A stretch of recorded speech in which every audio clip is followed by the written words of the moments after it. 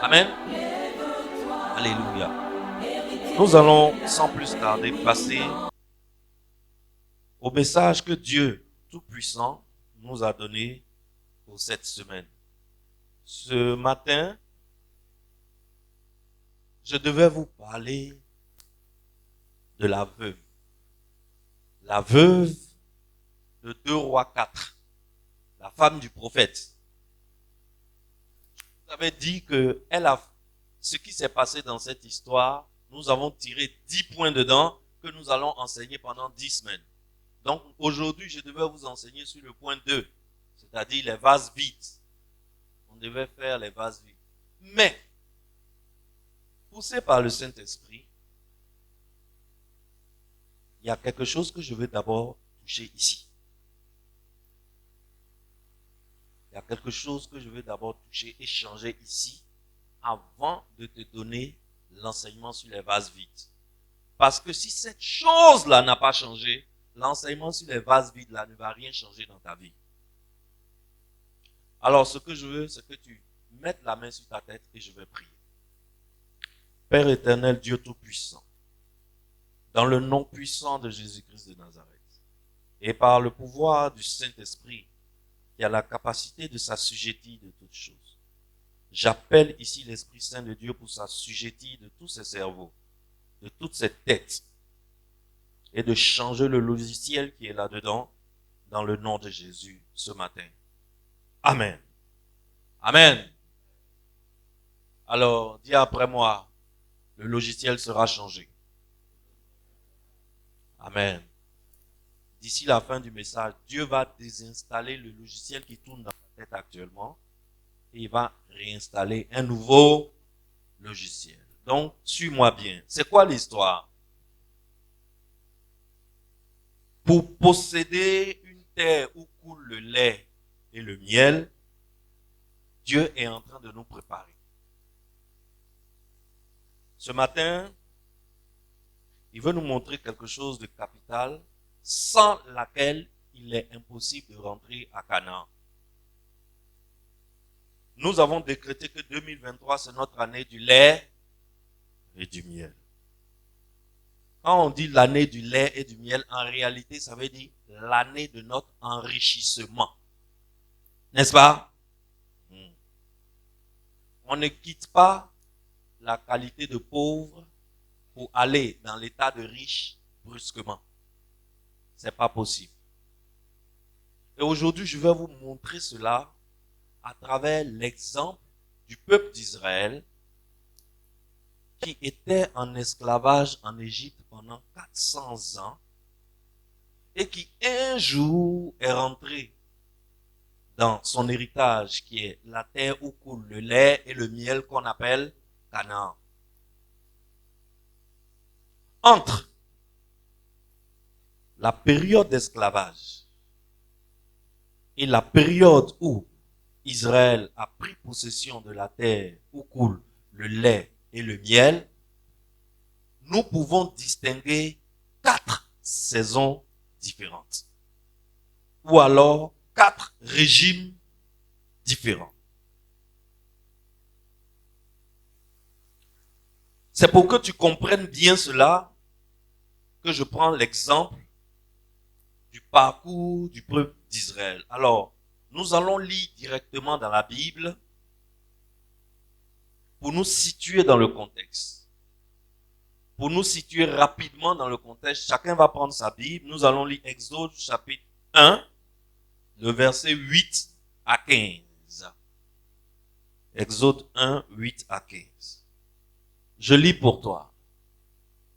C'est pas encore affiché? C'est bon? Très bien. Tu me suis. Tu suis en même temps que moi. Il s'éleva sur l'Égypte un nouveau roi qui n'avait point connu Joseph. Il dit à son peuple, voilà les enfants d'Israël qui forment un peuple plus nombreux et plus puissant que nous. Allons, montrons-nous habiles à son égard. Empêchons qu'il ne s'accroisse et que, s'il survient une guerre, il ne se joigne à nos ennemis pour nous combattre et sortir ensuite du pays. Et l'on établit sur lui des chefs de corvée, afin de l'accabler de travaux pénibles. C'est ainsi qu'il bâtit les villes de Pithom et de Ramsès pour servir de magasin à Pharaon. Mais plus on l'accablait, plus il multipliait et s'accroissait. Et l'on prit en aversion les enfants d'Israël. Alors les Égyptiens réduisirent les enfants d'Israël à une dure servitude. Et il leur rendit la vie amère par des rudes travaux en argile et en briques, et par tous les ouvrages des champs. Et c'était avec cruauté qu'il leur imposait toutes ces charges.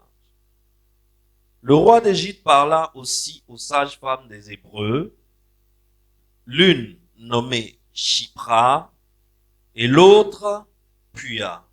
Il leur dit, quand vous accoucherez les femmes des Hébreux et que vous les verrez sur les sièges, si c'est un garçon, faites-le mourir. Si c'est une fille, laissez-la vivre. Voilà la situation dans laquelle se trouvaient les fils d'Israël. Vous connaissez l'histoire.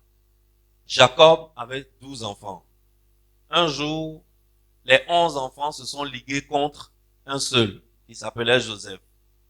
Son papa l'a envoyé pour aller voir ses frères, là où ils gardent leurs moutons. Ses frères l'ont pris, ils l'ont vendu. Ils l'ont vendu. L'enfant qu'on a vendu, qui était esclave en Égypte, là, Dieu a positionné l'enfant là comme un apôtre du marché.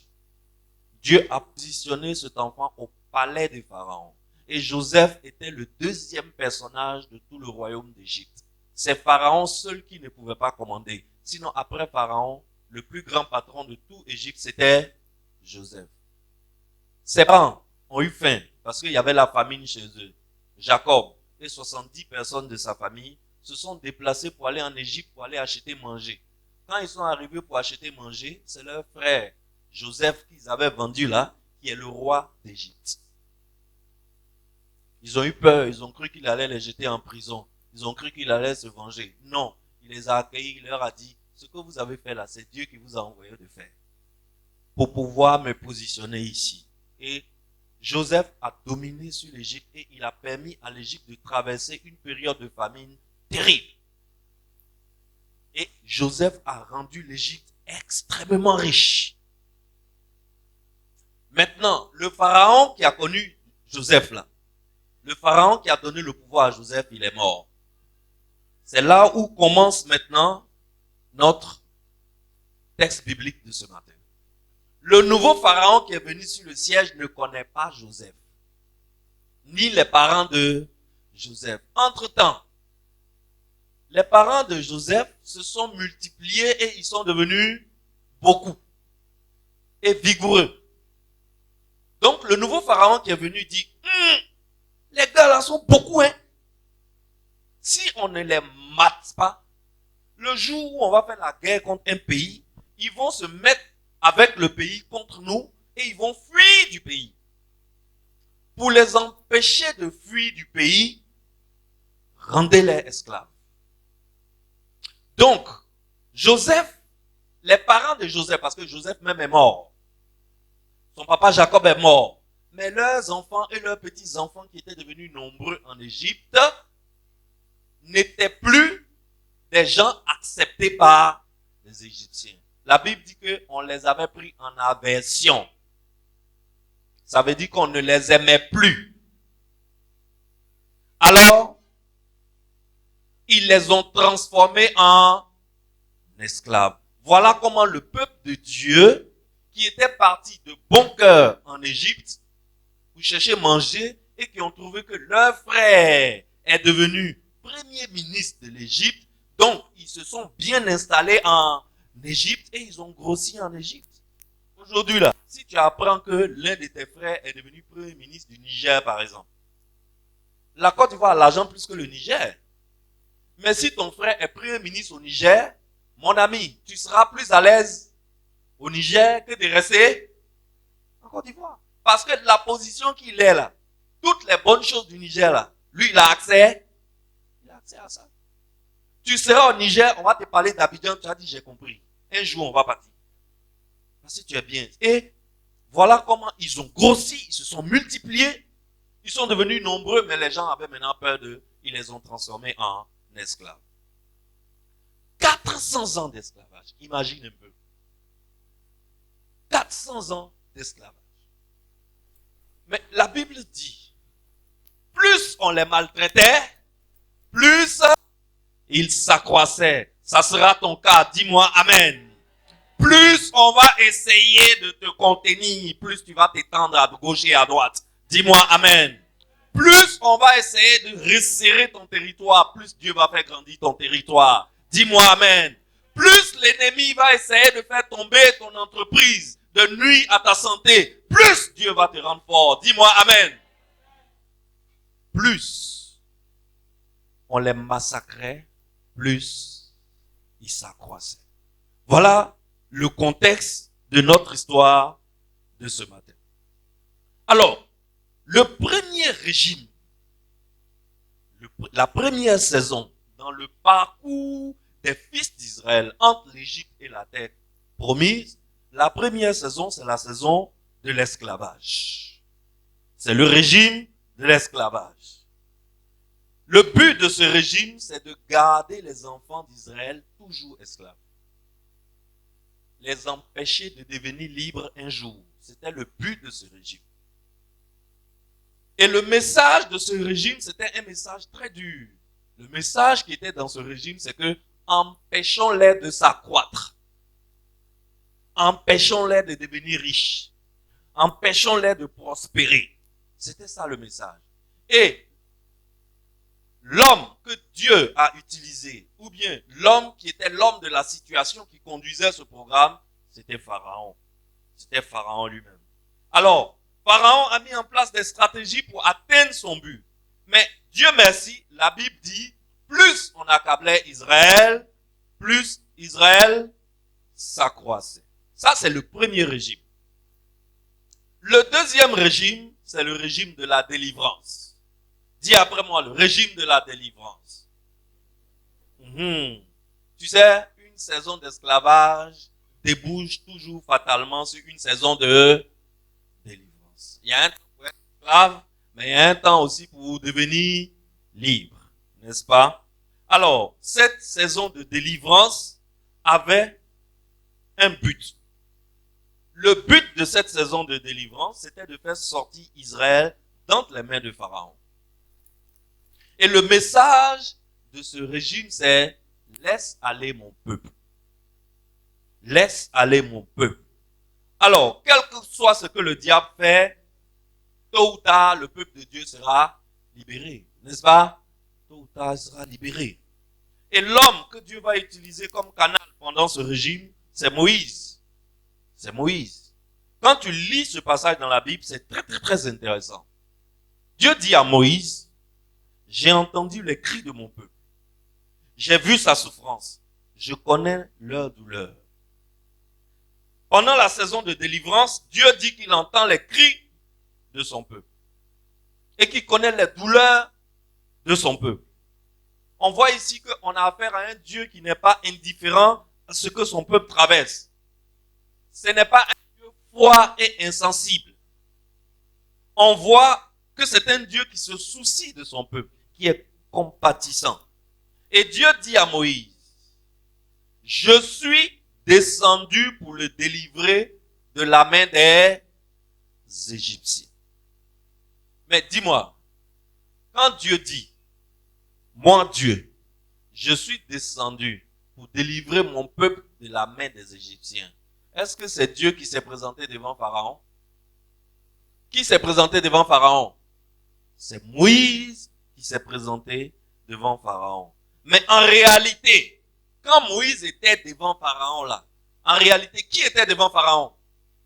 C'est Dieu lui-même qui était devant Pharaon. Moïse n'était qu'un canal que Dieu utilisait pour se présenter devant devant Pharaon. Il faut que tu enregistres très très bien cette partie.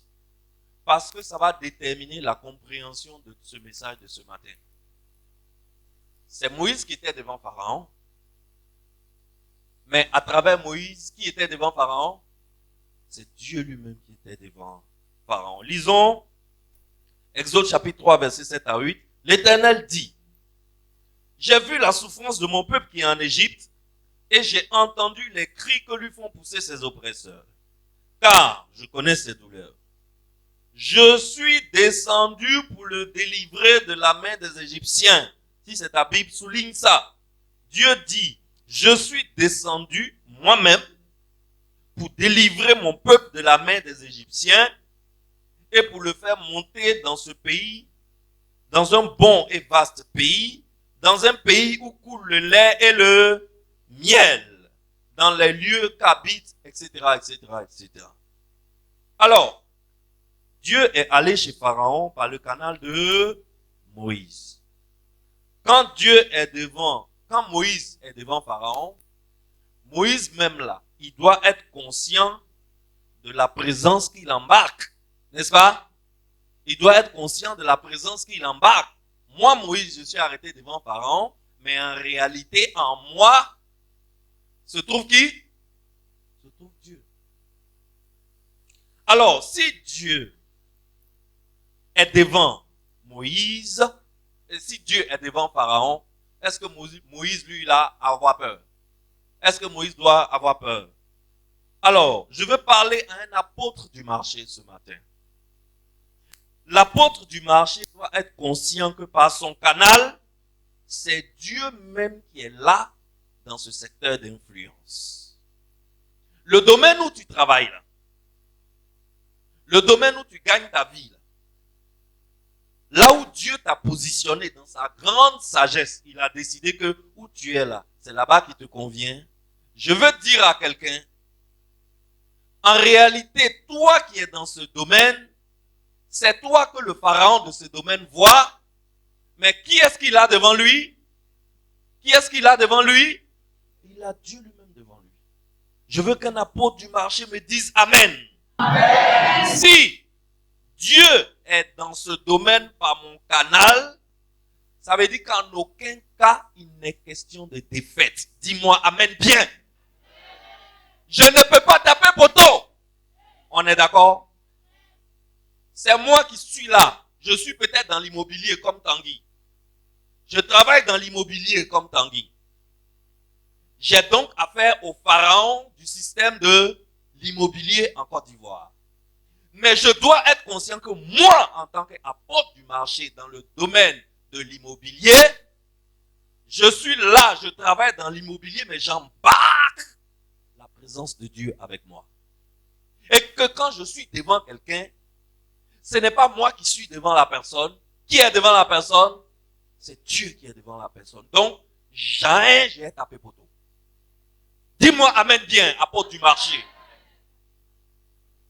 Il n'est pas question de défaite. Ce n'est même pas une question de on va essayer. Non. On vient dans ce domaine pour imposer la victoire de Dieu sur le pharaon qui est là. Celui qui dit qu'il est le haut part de l'immobilier en Côte d'Ivoire, Tanguy vient pour lui imposer la victoire de Dieu. Pour lui montrer qu'il y a un Dieu au ciel. Moïse disait, il y a un Dieu en Israël. Il faut montrer aux gens qu'il y a un Dieu au ciel. Alors, si tu es pharmacien, tu viens imposer la victoire de Dieu au pharaon de l'industrie pharmaceutique. C'est comme ça. Je veux qu'un apôtre du marché me dise Amen. Si tu es homme d'affaires, tu viens imposer la victoire de Dieu dans le vaste secteur qu'on appelle le monde des affaires. Dis-moi Amen, apôtre du marché.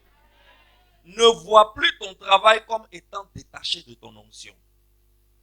Ton onction ne s'exprime pas seulement dimanche à l'église. Ton onction s'exprime surtout lorsque tu sors de l'église. C'est en dehors des 4 murs de l'église que ton onction, l'huile que Dieu a versée sur toi, s'exprime. Parce que Dieu compte sur toi pour imposer sa victoire dans le secteur où tu travailles. Dis-moi bien. C'est ce qui s'est passé en Égypte. Ça nous amène au troisième régime. Le troisième régime, la troisième saison dans le parcours de la vie des enfants d'Israël, la troisième saison, c'est la saison de la transformation. Dis après moi, la transformation. Il est important de faire attention à ce que je vais te dire ici ce matin. Très important. Parce que chaque pays, chaque peuple passe par ces différentes saisons, passe par ces différents régimes. Et chaque pays doit savoir à quelle saison il se trouve en ce moment et quel est le but de la saison dans laquelle il se trouve et quel est le message qui est dans cette saison. Quel était le but de cette saison, cette troisième saison, qui est la saison de transformation? Quel était le but? Le but de cette saison, parce que la deuxième saison est finie quand? La deuxième saison est finie quand Israël est sorti de la mer Rouge. C'est fini. Tout Égypte est mort. Toute l'armée des Égyptiens est restée dans la mer Rouge. Actuellement là, où les fils d'Israël se trouvent là, ils sont dans la délivrance. Maintenant, ils ne sont plus esclaves de quelqu'un. Ils sont face à eux-mêmes. Dieu maintenant va affranchir leur esprit. Parce que, pourquoi je dis ça? Parce qu'il y a une grande différence entre la délivrance et l'affranchissement. Est-ce que quelqu'un me suit? Vous étiez esclave en Égypte. Dieu a créé il a mélangé l'atmosphère jusqu'à vous avez pu sortir de l'Égypte. C'est quand un esclave est sorti de l'Égypte qu'on parle de délivrance. Mais il y a encore un problème. L'esclave est sorti de l'Égypte. Est-ce que l'Égypte est sortie de l'esclave? Est-ce que l'Égypte est sortie de l'esclave? Non. Dieu doit trouver maintenant, c'est-à-dire le travail que Dieu doit faire sur son peuple maintenant, c'est trouver un moyen de faire sortir l'Égypte de leur tête. Parce que les gars qui sont là, les gars pour qui on vient d'ouvrir la mer Rouge, là, qu'on a délivré là, en réalité, c'est un peuple d'esclaves. C'est un peuple d'esclaves. Donc, quand quelqu'un est délivré, il faut passer à la prochaine étape, qui est la prochaine, la plus importante de sa vie, c'est l'étape de l'affranchissement. On a libéré ses chaînes. C'est comme le chien dont je vous avais parlé ici, vous vous rappelez? Le dimanche passé. Le chien là, on l'a attaché et puis on a mis viande devant. La chaîne était trop courte. Plusieurs fois il s'est jeté pendant plusieurs années. Chaque matin on met la viande. Il se jette, il n'arrive pas à prendre la viande. Au bout de quelques années, il s'est tellement jeté, il n'a pas pu prendre la viande que, au bout de quelques années, on est venu, on a enlevé la chaîne, on a déposé la viande, le chien il n'a pas sauté sur la viande. Pourquoi?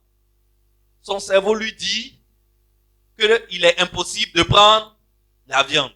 La chaîne qui était physique sur son cou, on a déplacé la chaîne de son cou pour mettre ça où? Pour mettre ça dans sa tête. Désormais, la chaîne qui retient ce chien-là est une chaîne mentale. Alors, quand tu fais sortir un peuple de l'esclavage, ça s'appelle la délivrance. Maintenant, la chose que tu dois faire, c'est les chaînes qui enchaînaient ce peuple en Égypte sont passées désormais dans leur tête. Qu'est-ce que tu dois faire pour eux, si tu veux les aider? Il faut trouver un moyen d'enlever ces chaînes-là. C'est ce qu'on appelle l'affranchissement. Alors, il a fallu très peu de temps pour faire sortir, pour que Dieu fasse sortir Israël d'Égypte. Une nuit, les gars se sont levés, tous les premiers-nés sont morts. Ils disent trop, c'est trop. Quittez. Les gars ont ramassé leurs affaires, ils ont quitté. Pendant quelques jours de marche, ils sont arrivés au bord de la mer Rouge. Arrivés au bord de la mer Rouge, le pharaon l'a dit, c'est blanc. n'ont qu'à revenir. Il a envoyé ses soldats derrière. Dieu ouvre la mer Rouge. Le peuple d'Israël passe. Pendant que le peuple d'Israël est en train de mettre pied sur l'autre côté dans le désert, Pharaon est au milieu de la mer Rouge, en train de poursuivre le peuple. Qu'est-ce que Dieu fait? Boum! Dieu fait se refermer l'eau sur Pharaon. C'est terminé. L'histoire est terminée. Il n'a pas fallu à Dieu beaucoup de micmac pour libérer son peuple. Ça s'est fait en quelques jours. Mais combien de temps il a fallu à Dieu pour faire tomber les chaînes mentales qui étaient dans la tête des fils d'Israël? Combien de temps? 40 ans. Pour les délivrer, ça s'est fait en quelques semaines. Mais pour affranchir leur esprit, il a fallu 40 ans. Excellence. 40 ans. Il a fallu que, pendant 40 ans, Dieu fasse beaucoup de miracles dans le désert. Ces miracles-là répondaient à un besoin immédiat du peuple. Mais derrière chaque miracle, Dieu communiquait une pensée plus profonde. À la maison, tu peux peut-être faire cet exercice. Essaie de recenser tous les miracles que Dieu a fait en faveur de son peuple dans le désert. Aujourd'hui, c'est très simple de faire ça. Il suffit d'aller sur Google. Tu vas sur Google, tu tapes miracle de Dieu dans le désert. Là, Google va t'afficher tous les miracles que Dieu a fait dans le désert. Maintenant, l'exercice que j'aimerais que tu fasses, c'est pourquoi ce miracle a été fait en ce moment? Quel est le besoin immédiat? Mais quel est le vrai message qui est caché derrière ce message? Est-ce que quelqu'un m'a compris? Le jeudi passé, je t'avais dit que désormais, quand tu lis la Bible, surtout lorsque il s'agit de miracles, je t'avais dit, il faut ouvrir tes yeux et utiliser ton cerveau. Faut pas lire la Bible en débranchant ton cerveau. Quand tu lis la Bible, là, ouvre bien tes yeux et puis branche ta tête. Parce que chaque miracle a deux dimensions. Une dimension spirituelle et une dimension scientifique. Habituellement, nous, dans nos églises, surtout l'église africaine, nous nous arrêtons seulement à la dimension spirituelle des miracles. Et nous ignorons la dimension scientifique des miracles. C'est pourquoi désormais, tu dois adopter une autre approche quand tu lis dans la Bible un passage qui parle des miracles que Dieu a fait. Quand tu vas faire cet exercice, tu vas voir que ça va t'inspirer beaucoup d'idées. Ça peut même te donner une idée que tu vas exploiter et ça va te rendre très très riche. Est-ce que quelqu'un m'entend? Je te donne un exemple pour que tu comprennes bien. À la sortie de la mer Rouge, après quelques jours de marche, le peuple d'Israël a eu soif. Dieu merci, là où ils ont eu soif là, voici une rivière qui est devant eux. Ça tombe bien, non? Le problème, c'est que quand ils ont goûté à l'eau, quand ils ont bu l'eau, la Bible dit que l'eau était amère. Qu'est-ce qu'ils ont fait? Ils se sont mis à murmurer contre Moïse. Voilà le comportement des pauvres là qui est là. Voici un comportement d'esclave qui est là. Un pauvre, je ne sais pas si vous avez remarqué, mais un pauvre, il n'est jamais reconnaissant. Le peu de choses que tu as fait pour lui là, il ne voit pas, hein.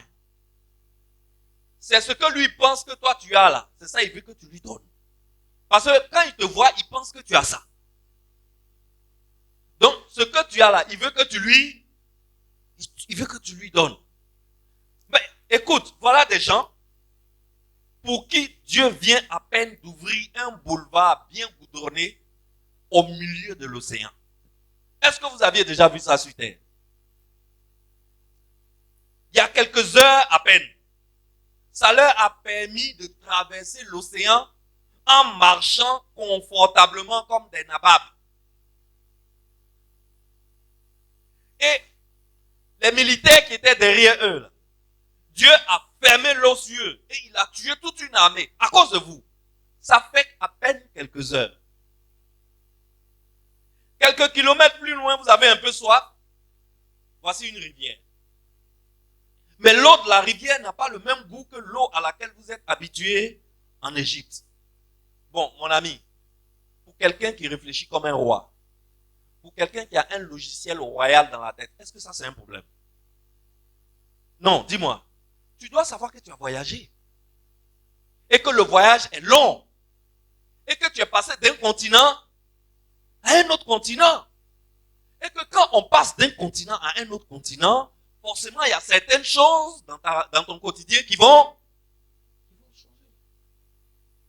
Donc, si l'eau n'a pas le même goût que l'eau à l'Égypte, qu'est-ce qu'un roi fait? Il cherche une heure. Qu'est-ce qu'un esclave fait? Il murmure. Et voici les gars là.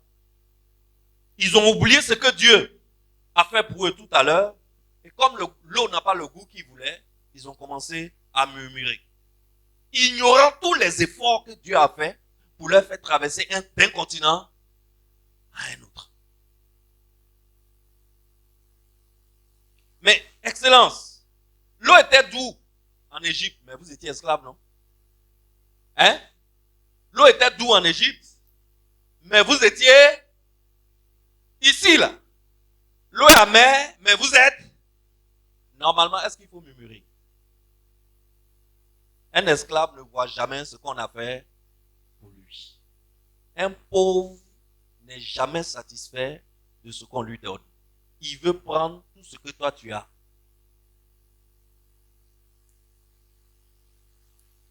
C'est comme ça malheureusement, c'est ça qu'on appelle la culture de la pauvreté. Il estime que tu dois lui donner toujours quelque chose. Et quand tu lui donnes la chose qu'il veut, il ne t'appelle même pas le lendemain pour te dire merci. Hein. Il dit rien. Le jour où tu vois son numéro de sonner sur ton téléphone encore, c'est ce jour-là il va te dire merci. Mais il faut savoir que derrière merci là, il y a une deuxième. Vrai ou faux? Non, vrai ou faux? Eh, viens père. Ah, c'est ton petit haut. C'est qui a su merci pour le lit que tu m'avais donné la dernière fois là. Hein? Ah, merci beaucoup. Mais viens père, tu n'as pas une jolie femme là-bas, tu vas me donner un merci lit là. C'est vrai ou c'est faux? C'est le comportement de pauvre qui est là. C'est le comportement d'esclave. Et c'est exactement ce que Israël, les fils d'Israël, étaient en train de faire. Excellence, si tu veux aider un pauvre, il faut lui enseigner à être reconnaissant. Il faut surtout apprendre à un pauvre à regarder à Dieu au lieu de regarder aux hommes. Tu sais, les hommes ne te doivent rien. Si tu viens de me demander quelque chose, si je veux, je te donne. Si je veux, je ne te donne pas. Je ne te dois pas. Ou bien, il y a des gens qui estiment qu'on leur doit tout. Et que eux, comme il a demandé, il faut donner. Mais tu peux me demander, je ne veux pas donner. Un, je peux avoir envie de ne pas te donner. Deux, il se peut que la chose n'est pas libre comme toi tu penses. Trois, il se peut que je n'ai même pas la chose, j'ai emprunté.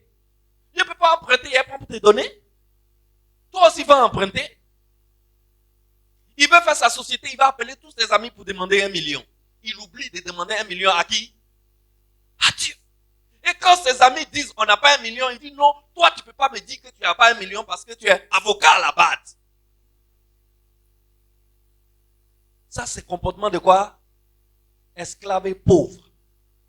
Les gens ne te doivent rien. Colle la paix aux gens. Adresse-toi à celui qui exauce les prières des hommes. Il s'appelle Dieu du ciel. Son nom c'est Jésus-Christ. Il faut arrêter ça. On revient à notre histoire. Le peuple pauvre là, comme tous les pauvres, qui n'est jamais reconnaissant, il s'est mis à murmurer contre Moïse. Moïse à son tour, il crie vers le Seigneur. Ce dernier lui indique qu'un arbre d'une certaine espèce est à côté. Moïse regarde, il voit l'arbre. Dieu lui dit, bon, coupe un morceau de l'arbre là, jette dans l'eau et l'eau va changer de goût. Moïse fait ça, l'eau est devenue douce et tout le monde a pu en boire. Dans ce miracle-là, il y a deux aspects. Il y a l'aspect spirituel et il y a l'aspect scientifique. L'aspect spirituel, là, c'est ce que nous, les pasteurs, on enseigne sur nos chaînes chaque jour. La vie est amère, Ton mariage est amer, ta situation est amère, la santé te fatigue. Très bien. Il existe un arbre. Si tu coupes un morceau de cet arbre que tu mets dans ta situation, elle va changer de goût. Ta situation va redevenir douce et glorieuse. Cet arbre s'appelle la croix. Cet arbre s'appelle la croix. Mets Jésus-Christ dans ta vie, fais rentrer le Seigneur Jésus-Christ dans ta vie, et toute eau qui était amère va devenir une eau douce et bonne à consommer. Ça, c'est le côté spirituel. Mais il y a aussi le côté scientifique de ce miracle. Le côté scientifique de ce miracle, c'est si tu tombes sur une source d'eau, tu as besoin de l'eau, et Dieu merci, tu tombes sur une source d'eau. Mais que l'eau qui est dans la source là est désagréable à la consommation, tu ne dois pas chercher à déménager pour aller chercher une autre source d'eau. En tant qu'un roi, en tant que tu as un nouveau logiciel, le logiciel de la transformation est installé dans ta tête, tu ne fuis pas pour aller chercher une source d'eau. Qu'est-ce que tu fais? Tu cherches une solution pour rendre l'eau qui est désagréable à agréable. Il doit forcément exister un produit ou une technologie qu'on peut appliquer à cette eau pour en faire une source d'eau recherchée par tout le monde. Vrai ou faux? Une source d'eau agréable à la consommation. Par exemple, aujourd'hui, on a le système de l'eau minérale. Excellence. L'eau minérale, l'eau en bouteille, là, ça rend des gens milliardaires dans ce monde. C'est incroyable l'argent que les gens gagnent à l'eau. Parce que toi et moi, dès qu'on a un peu de moyens, il y a l'eau dans pompe. Hein. Il y a l'eau de dans pompe, mais on ne boit plus l'eau de. Ce qui peut me tuer, c'est que souvent on va au village, là où on a grandi, l'eau jaune des marigolles, on a bu, on n'est pas mort. Mais désormais, quand on va au village, le coffre de la voiture est rempli de quoi? Eau minérale. Comme si toi, tu n'as jamais bu ça là. Et il y a des gens qui ont trouvé des sources d'eau, ils ont traité ces sources d'eau là, l'eau de ces sources d'eau là a des vertus médicales.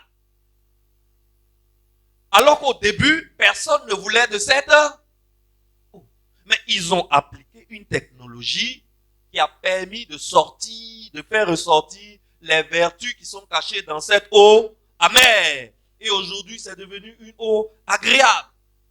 Ici, là, nous tous, on boit l'eau minérale. Parce que nous tous, on a un peu d'argent. C'est pour ça que je refuse quand vous me dites que vous êtes moisi. Vous n'êtes pas moisi. Vous buvez l'eau à quoi? Tu as déjà vu pauvre boire l'eau minérale? Pas pauvre qui boit l'eau minérale. Si un fidèle parmi nous aujourd'hui décide de vendre de l'eau minérale chez lui à la maison, il fait des stocks d'eau minérale, et puis il nous appelle tous. Il dit, Bishop, moi je vends l'eau minérale, je viens vous livrer chaque semaine, vous me payez dimanche. Excellence, il va gagner l'argent ou bien il ne va pas gagner l'argent? Il va avoir beaucoup d'argent, parce qu'on est ici, là, on boit tous l'eau minérale. Quand il y a service, la famille de service met au moins 5 à 10 000 francs en achat d'eau minérale. À chaque service. Dans nos maisons, on ne boit que l'eau minérale. Ça, c'est une idée d'entreprise. Des gens sont devenus riches parce qu'ils ont vendu quoi? L'eau. C'est le côté scientifique. Donc, désormais, quand tu es en face d'une source d'eau amère, ne quitte pas pour aller chercher une source d'eau douce. Utilise ton cerveau. Branche ton cerveau. Utilise ta tête. Cherche une solution pour transformer cette eau amère en eau douce. C'est comme ça qu'on devient riche, mon ami. C'est comme ça qu'on devient riche. On ne peut devenir riche que si on a un produit pour lequel le monde entier est prêt à cotiser pour toi seul. C'est comme ça qu'on devient riche. Tout ce que tu vois au marché là, c'est une idée. Tout ce que tu vois au marché, c'est une idée. Alors toi, quelle est ton idée? Est-ce que toi, tu vas au marché seulement pour consommer l'idée des autres? En ce moment, tu vas rester éternellement pauvre. Pour devenir riche, toi aussi, tu dois proposer une idée sur le marché. Est-ce que je parle à quelqu'un? Ce qu'on vient de faire avec ce miracle-là, il faut que tu essaies de faire ça chez toi à la maison avec tous les miracles que tu croises. Vois le côté spirituel, mais vois surtout le côté scientifique. C'est en essayant d'étudier le côté scientifique des miracles que les Blancs ont réussi la révolution industrielle. Et ils ont pris le pouvoir sur nous.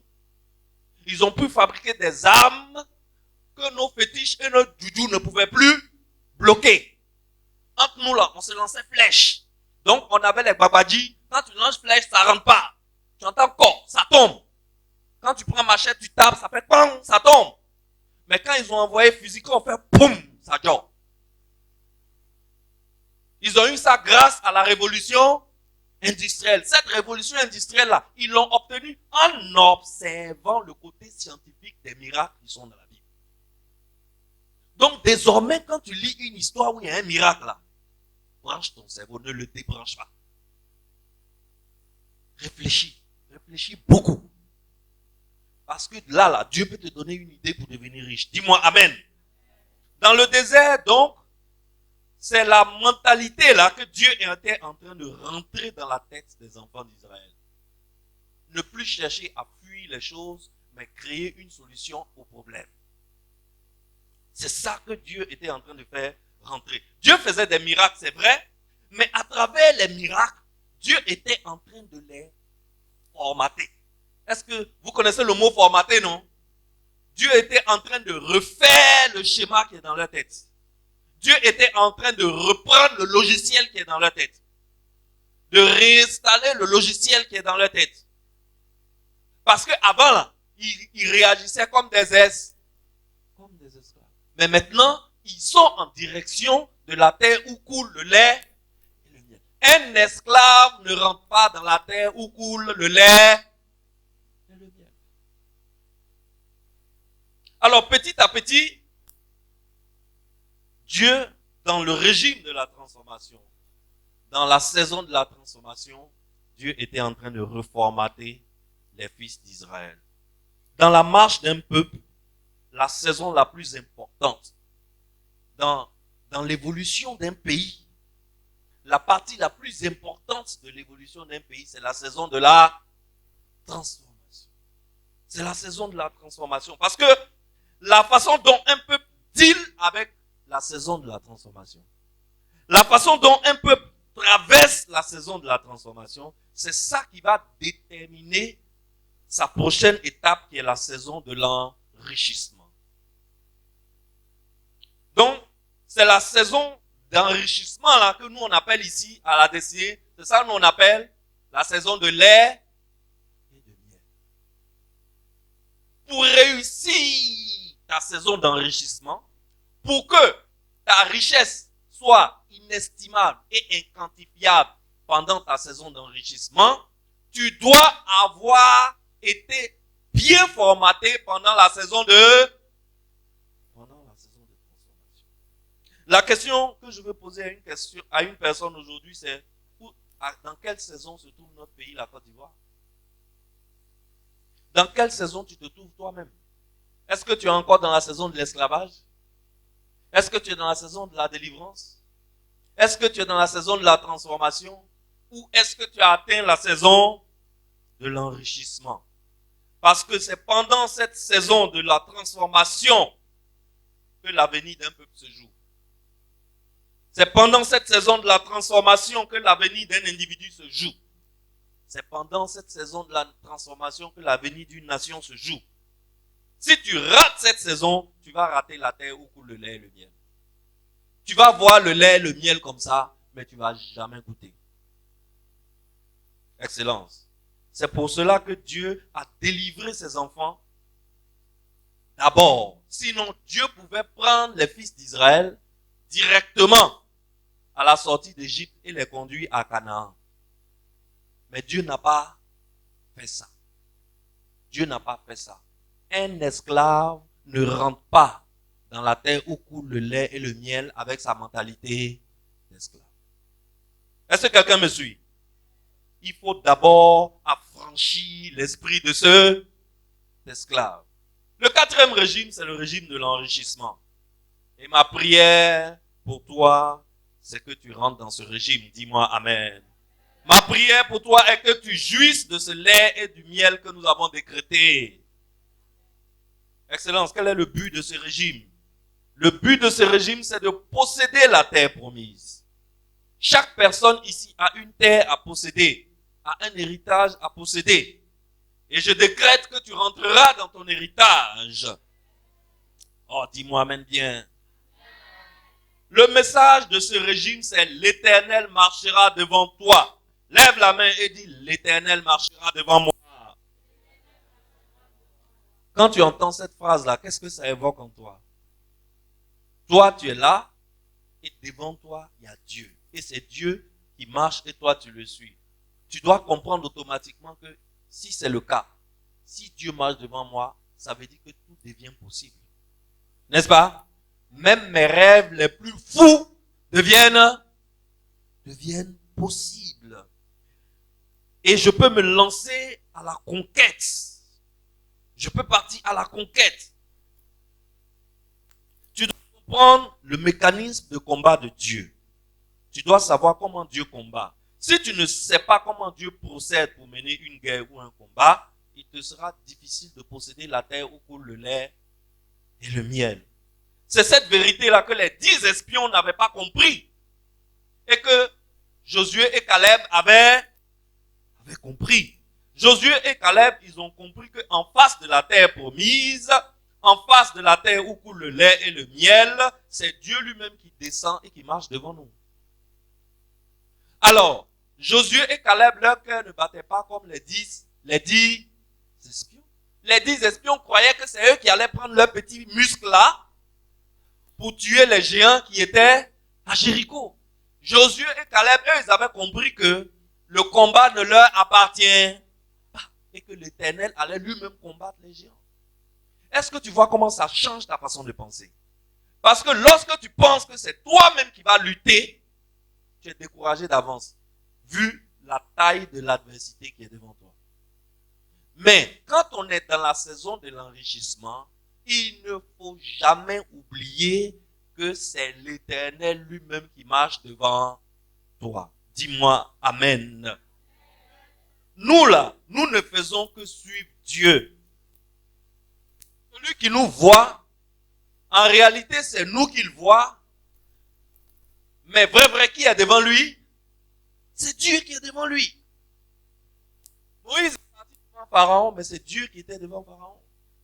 N'est-ce pas? Pour faire sortir son peuple d'Égypte, Dieu est descendu, il est allé chez Pharaon par le canal de Moïse. Maintenant, faisons de l'enrichissement pour faire rentrer son peuple sur la terre promise. Dieu descend encore et il marche devant son peuple et il dit au peuple, suivez-moi. N'est-ce pas? Alors aujourd'hui, pour rentrer dans ton héritage, pour rentrer dans ta terre de lait et de miel, Dieu descend encore. Et il marche devant nous et nous le suivons. Mais les géants qui occupent notre lait et notre miel, est-ce que eux ils voient Dieu? Est-ce que eux ils voient Dieu? Ils ne voient pas Dieu, c'est toi qu'ils voient. C'est toi qui es venu prendre miel. Les abeilles t'attaquent. Est-ce que les abeilles attaquent Dieu? Non. Mais en réalité, qui est-ce qu'ils sont en train d'attaquer? C'est Dieu qu'ils sont en train d'attaquer. Alors, Dieu, il a tissé une alliance avec Abraham concernant cette terre. Il avait juré à Abraham que je vais te donner la porte des terres, je vais donner à tes enfants la porte de leurs ennemis. Et malgré qu'ils étaient esclaves en Égypte, Dieu n'a pas oublié. Pendant la saison de transformation dans le désert, Dieu n'a pas oublié. Aujourd'hui, nous qui sommes l'Israël spirituel, Dieu n'oubliera pas son alliance avec nous. Dieu n'oublie jamais son alliance. Il n'oublie jamais ce qu'il a connu d'avance. Je veux dire à quelqu'un ici que Dieu ne t'oubliera jamais. Josué et Caleb, ils ont survécu au désert. Ils savent que à chaque combat, c'est l'Éternel lui-même qui marche devant eux. Les géants là, est-ce que quand les géants là voient Josué et Caleb, ils disent bon, comme Dieu marche derrière vous, le combat est trop inégal. Donc, on ne va plus vous combattre, on se rend. C'est ce que les géants disent? Est-ce que c'est ce que les géants disent? Non, les géants ne disent pas ça. Les géants se battent. ils se battent bien, ils se battent vrai. Ils se battent avec tous les moyens qui sont en leur possession. Donc, toi aussi, les géants vont te combattre, vrai. Avec rage et fureur. Mais, en réalité, toi, qui va combattre pour toi? C'est Dieu lui-même qui combat pour toi. Lis bien ta Bible, Excellence. Chaque fois que Israël va en guerre, Dieu leur dit, le combat m'appartient. Alors, ceux qui connaissent le nom de Dieu de faire son combat, ils font comme Moïse. Il dit, n'ayez pas peur. Restez en place. Regardez seulement la délivrance de l'Éternel. N'est-ce pas? Gardez le silence. Moïse, là, ce qui a fait que Moïse est Moïse, c'est que Moïse avait appris ça et il avait intégré ça. Donc, pour Moïse, là, plus rien ne lui faisait peur. Parce qu'il sait que l'Éternel marche devant lui. Josué et Caleb avaient appris ça. Donc, Josué et Caleb, plus rien ne leur faisait peur. Parce qu'ils savent que de toutes les façons, le combat ne leur appartient pas. Donc, qui va t'effrayer? Apôtre du marché. Qui est dans ton secteur d'activité qui va couper ton cœur? Pourquoi? Il a un titre plus grand que toi? Il a plus d'argent que toi? Il a plus de voitures dans son parking que toi?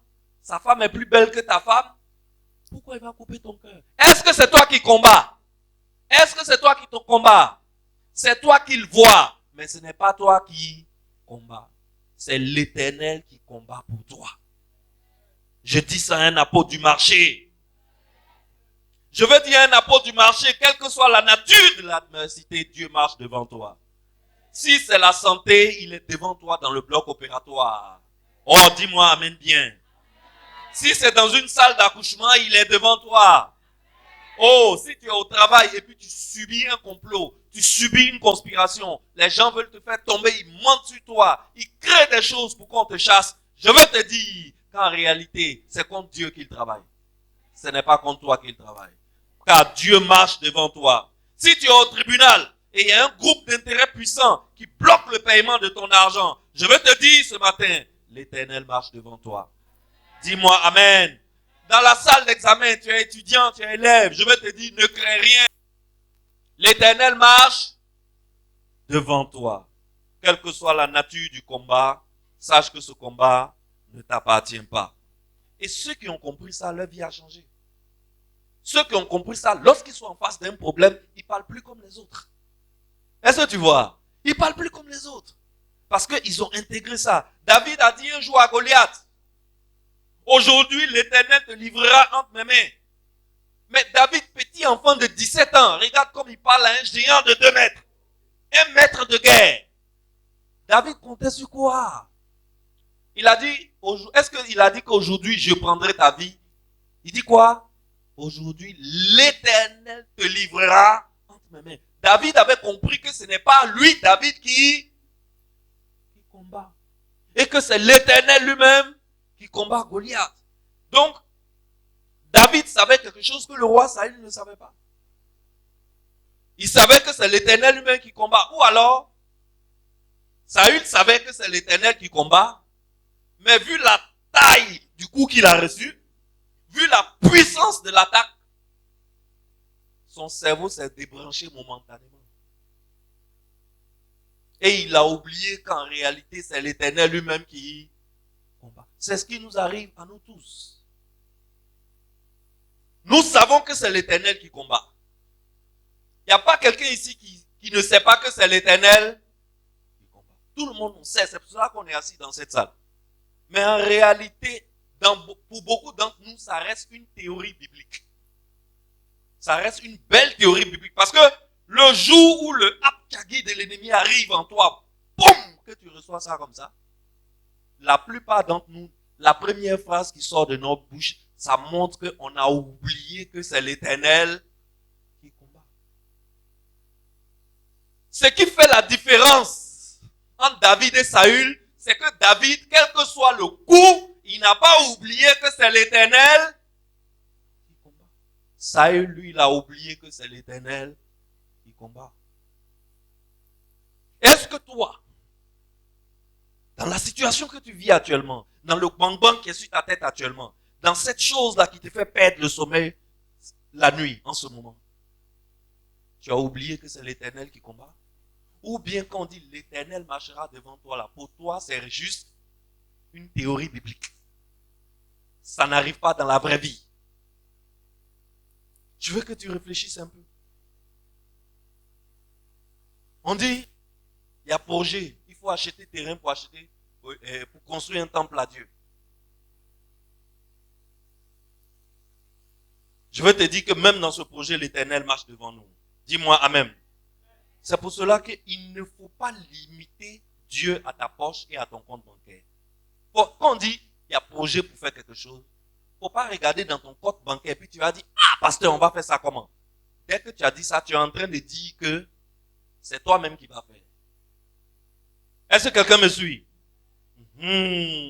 L'Éternel marche devant toi, quelle que soit la taille du projet que tu as, quel que soit le montant que ce projet peut coûter. L'Éternel marche devant toi. Excellent, si tu ne captes pas cette réalité, tu ne peux pas rentrer à Canaan.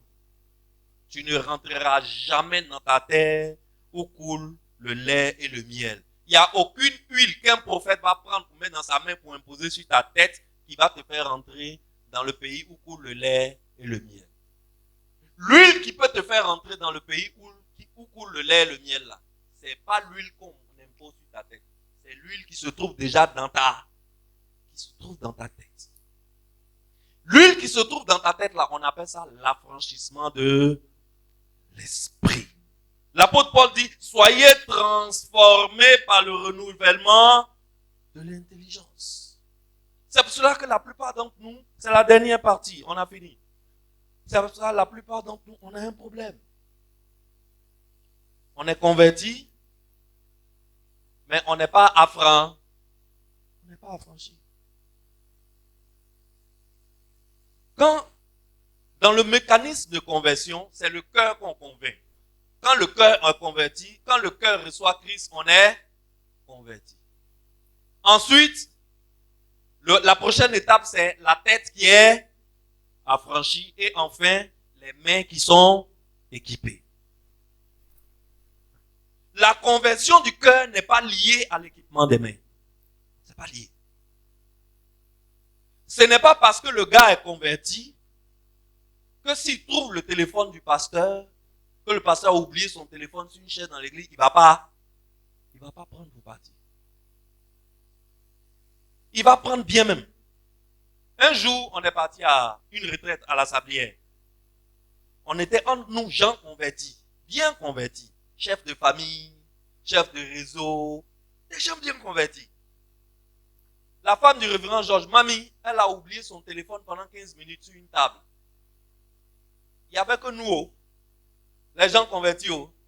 15 minutes après, c'est téléphone. Hey, où est mon téléphone? On cherche le téléphone là. Par moi. Ça a disparu. Le téléphone a. On était en gens. Je t'ai dit qu'on était en gens convertis parce qu'on était dans une salle. Un jour, le révérend Georges lui-même, patron de la destinée, il avait un Samsung, je ne vais jamais oublier, parce que j'étais nouveau converti, ça m'a choqué. Il avait un Samsung Galaxy J7 que quelqu'un venait de lui offrir. Je me rappelle parce qu'il m'a passé le téléphone à un moment pour que je fasse un réglage pour lui dedans. Il était assis quelque part là, je ne sais pas quoi, il s'est levé, il a laissé le téléphone, il revient. Power. Le père même n'a pas sauté. Le gars même, je suis sûr que le gars qui a pris le téléphone, il a dit, oh, Seigneur, quelqu'un en toi, il a laissé un pour moi. Merci, tu as exaucé ma prière de ce matin. Rapidement, il a escamoté batterie, puce, tout. Parce que pour lui, c'est l'exaucement de ça. Il dit, Seigneur, tu es fort. Tu as pris pour un. Tu m'as donné. Merci, Seigneur. Pourquoi? Il est converti. Souvent, les gens font des choses. On dit, mais lui là, c'est pas un vrai chrétien. Il n'est pas bien converti. Non, il est bien converti. Parce que, qu'est-ce que la Bible appelle être converti? Un évangéliste prend le micro, il annonce l'évangile. Il finit d'annoncer l'évangile, ça touche ton cœur. On dit, qui veut donner sa vie à Jésus? Tu t'élèves. Tu t'en vas, tu donnes ta vie à Jésus. L'évangéliste dit, répète après moi. Vous faites la prière du salut. Dès que tu as fini de faire ça, tu as reçu Jésus-Christ comme Seigneur et Sauveur. Christ est en toi. Tu es converti. Il n'y a pas plus de conversion que ça. Est-ce qu'il y a doctorat dans conversion? Mais dans l'église, les gens font des choses qui choquent nous-mêmes dans l'église et qui choquent encore plus ceux qui sont dehors. Parce qu'eux, ils sont dehors, ils se disent que nous, au moins, on va pas à l'église. Nous, on peut faire ça. Mais lui, il peut pas. Non, il va faire. Tu sais pourquoi? Parce que son cœur a été converti, mais son esprit n'a pas été affranchi. Après la conversion, l'affranchissement n'est pas automatique. L'affranchissement prend du temps. L'affranchissement est c'est progressif. C'est petit à petit. En écoutant les enseignements sur le Seigneur Jésus-Christ, en essayant de faire comme Jésus-Christ, en écoutant ce que le pasteur enseigne, en fouillant ta Bible toi-même, en lisant les miracles qui sont dans la Bible, en cherchant les côtés spirituels des miracles, les côtés scientifiques des miracles, etc. Des séminaires, des retraites, beaucoup de choses qui vont amener le gars là, petit à petit, de la conversion vers l'affranchissement. Mais dès que le cerveau, dès que l'esprit est affranchi, automatiquement les mains sont équipées. Parce que les mains ne sont pas liées à la conversion du cœur, les mains sont liées à l'affranchissement de l'esprit. Un esprit affranchi, automatiquement le gars vient vers toi et dit, pasteur, je peux faire quoi dans l'église? Automatique. Il est ministre, il est DG, quand il arrive à l'église, il s'assoit comme tout le monde. Dans une petite chaise cachée. Il ne veut même pas qu'on dise son poste à l'église. Et il est devant le pasteur. Pasteur, on peut faire quoi? Parce que quelqu'un que son esprit est affranchi, sa main ne peut pas rester inactive, ni inefficace. La plupart des gens qui se fatiguent, qui brassent l'air, qui font des boulots où il n'y a pas l'argent, ils s'épuisent, ils s'époumonnent pour prendre une somme qui ne peut même pas payer tes factures à la fin du mois, sont des gens qui ne sont pas encore franchis. Leur problème, ce n'est pas leur cœur. Leur cœur, ça va. Ils sont déjà convertis. Mais leur problème, c'est quoi? Ils ne sont pas encore affranchis. Quand quelqu'un est affranchi, ses mains prennent de la valeur. Il est capable de créer maintenant de la richesse. Quand quelqu'un est affranchi, il n'attend pas que Dieu allume la colonne de feu la nuit pour qu'il voie. Lui-même, il cherche un moyen de fabriquer lampadaire. Il commence à chercher des solutions à ses problèmes. Il n'attend pas qu'on vienne lui donner. Donc le problème des gens qui dorment jusqu'à 10 heures, à 11 heures, il est au damier, à 15 heures, il va voir lequel de ces gars dans le bon, il va offrir garba avec 2 casiers de 66. Le soir, il rentre, il est ivre, demain, il reprend la même chose. Le problème de ces gens-là, c'est leur esprit. L'esprit n'est pas encore affranchi. Alors, Excellence, la conclusion de ce que je veux te dire, après avoir ainsi beaucoup parlé ce matin, c'est qu'il s'agit de 3 choses. Il s'agit du cœur, il s'agit de la tête, il s'agit de la main. Pour que tes mains deviennent efficaces, pour que tu ne te comportes plus comme un gars converti mais pas affranchi. Parce que un gars qui est affranchi là, quand il tombe sur un téléphone qui ne lui appartient pas, ou sur un ordinateur qui ne lui appartient pas, il ne va pas garder le téléphone par devers lui. Parce que quand il a besoin d'argent, ses mains sont capables de fabriquer de la richesse. Pourquoi il va aller prendre le téléphone de quelqu'un pour garder, enlever la puce, un téléphone de 300 000, il va aller vendre ça 50 000 au black. Quelqu'un qui est affranchi connaît la vraie valeur des choses. Il ne peut pas prendre un téléphone de 300 000 pour aller prendre 50 000. Quelqu'un qui prend quelque chose de 300 000 pour aller prendre 50 000, il n'est pas encore affranchi. Il s'agit donc du cœur, de la tête et des mains. Les mains là sont liées à la tête, à l'esprit. Quand l'esprit est affranchi, les mains deviennent efficaces. Les mains s'occupent des choses qui peuvent lui permettre de payer ses factures. Les mains créent de la richesse. Il observe le monde, il regarde le monde, il observe le monde. Ses yeux ne voient rien que ses mains peuvent faire pour lui rapporter de l'argent. Le gars là n'est pas encore affranchi. Parce qu'un gars qui est affranchi, quand il se lève le matin, quand il observe Abidjan, au bout d'un moment d'observation, son cerveau va caler sur quelque chose. Cette chose-là, il peut créer de la richesse avec ça. Il peut devenir riche avec ça. Au lieu d'aller s'asseoir dans le bureau de quelqu'un, 30 jours, même pour venir faire culte, on ne te voit pas, alors que tu as ministère. À la fin du mois, on va te donner 60 000. Et tu es content de ta vie. Et ça te dérange pas. Tu rentres à la maison à 21h. Pourquoi? Parce qu'il a fallu que tu quittes Port-Boué en bus pour venir dormir à Benjerville. Tu souffres pas. Ou bien tu vois pas que tu souffres. On peut plus te voir à l'église. Tu joues piano à l'église. Quand on t'appelle, je suis occupé. Tu chantes à l'église. Quand on t'appelle, mon patron m'a pas laissé. Tu es responsable du service. On t'appelle. Aujourd'hui là, on dit on n'a qu'à aller jusqu'à 22h. Donc, toi, tes mains là n'ont pas de valeur. Tu ne peux pas créer quelque chose toi-même. Tout se passe où?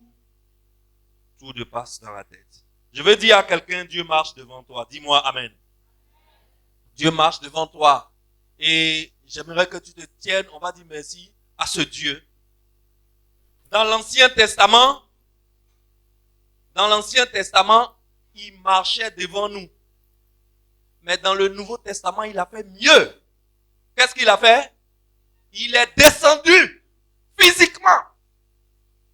Et il est venu gagner la victoire pour nous où? À la croix. En mourant à la croix, il a gagné pour nous tous les combats. Donc, que ce soit dans l'Ancien Testament, le combat ne t'appartient. Que ce soit dans le Nouveau Testament, le combat ne t'appartient. Le combat, quelle que soit la taille et la nature du combat, le combat appartient à l'Éternel. Et c'est l'Éternel qui marche devant toi. Et ce Dieu-là, il est venu sur la terre. Et il a gagné la victoire pour nous. Alors, si Dieu marche devant toi et que ta victoire, c'est pas maintenant on va se battre. La victoire est déjà acquise. Est-ce que tu peux taper poteau? De quoi est-ce que tu as peur? Apôtre du marché. Je veux qu'on dise merci à ce Dieu et que la voix de la destinée nous aide à lui dire merci. Tu es notre Dieu par le chant qu'on... Tu es notre Dieu. Nous voulons t'adorer.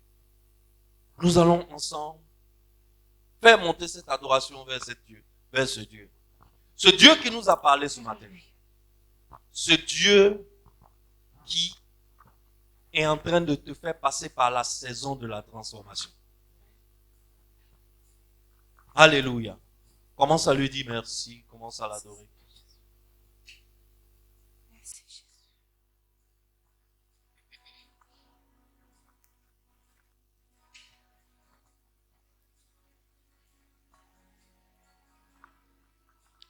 Tu es notre Dieu.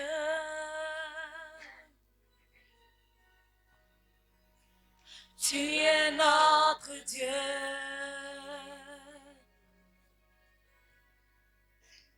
Tu es notre Dieu.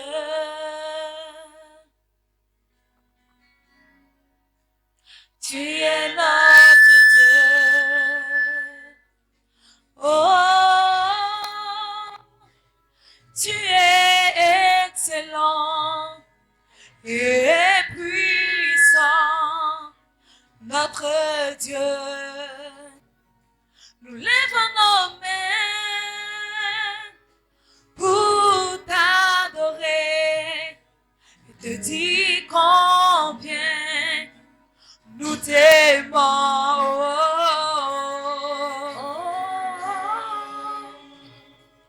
Tu es excellent et puissant, notre Dieu. Nous lèvons nos mains pour t'adorer, te dire combien nous t'aimons. Oh,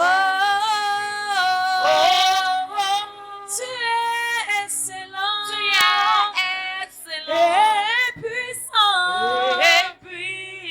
notre Dieu. Nous lèvons nos mains pour t'adorer et te dire combien nous t'aimons. Tu es excellent et puissant, notre Dieu. Nous lèvons nos mains pour t'adorer, te dire combien nous t'aimons. Nous soupirons, nous soupirons. Oh, oh, oh, oh, oh, nous soupirons après notre Dieu. Oh, oh, oh, oh,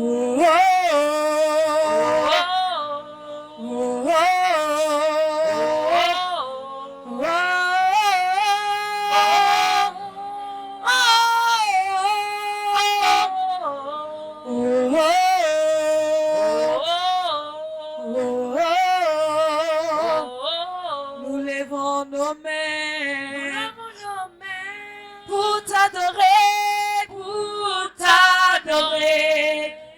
et te dire combien nous t'aimons. Tu es excellent et puissant, notre Dieu. Nous lèvons nos mains pour t'adorer et te dire combien nous t'aimons. Oh, oh, oh, oh, oh, oh.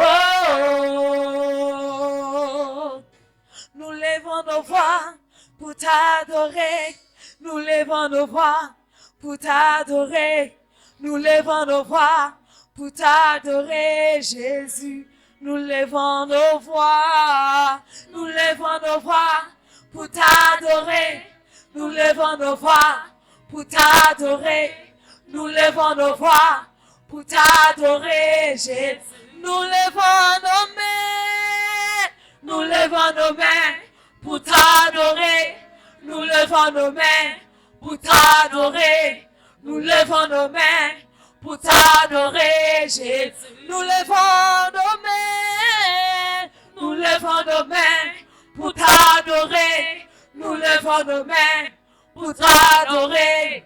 Nous lèvons nos mains pour t'adorer, Jésus. Nous soupirons près lui. Oh,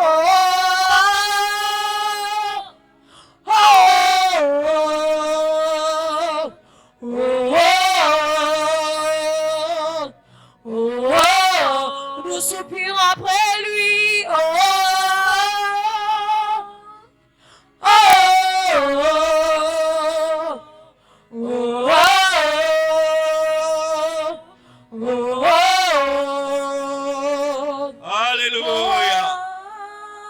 Alléluia. Oh, oh, Alléluia. oh, oh.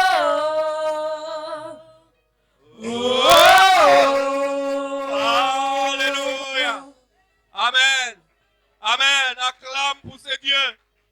Acclame pour ce Dieu. Alléluia. Dieu est en train de changer le logiciel qui est dans ta tête. Dis-moi Amen. On ne rentre pas dans une terre où coule le lait, le miel avec un esprit non affranchi. Dis-moi Amen. Oh, ça ne passera pas. Dis après moi, ça ne passera pas. Tu ne peux pas posséder. Dis après moi, je ne peux pas posséder la terre où coule le lait et le miel avec l'esprit d'un esclave. Ça ne passera pas. Répète après moi, ça ne passera pas. Ça ne passera pas. Oh yes, ton cœur est converti, mais ton esprit doit être affranchi. Amen, amen, amen. Lève-toi, enfant de la destinée. Lève-toi, taureau premier-né. Lève-toi, aigle